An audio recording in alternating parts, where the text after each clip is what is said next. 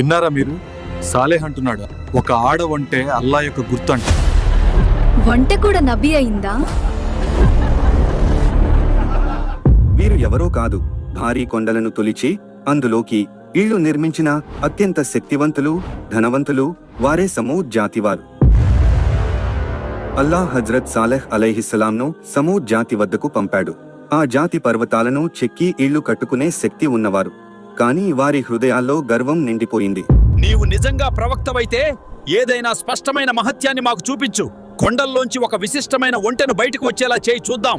అల్లా Saleh అలైహిస్సలాంకు ఈ మహత్యాన్ని ప్రసాదించాడు. ఒక విశిష్టమైన భారీ కాయం కలిగిన ఆడ ఒంటె కొండ నుంచి బయటకు వచ్చింది.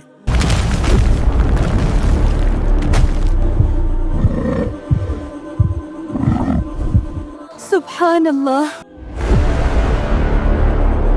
వారందరూ ఆశ్చర్యంతో నోరెళ్ల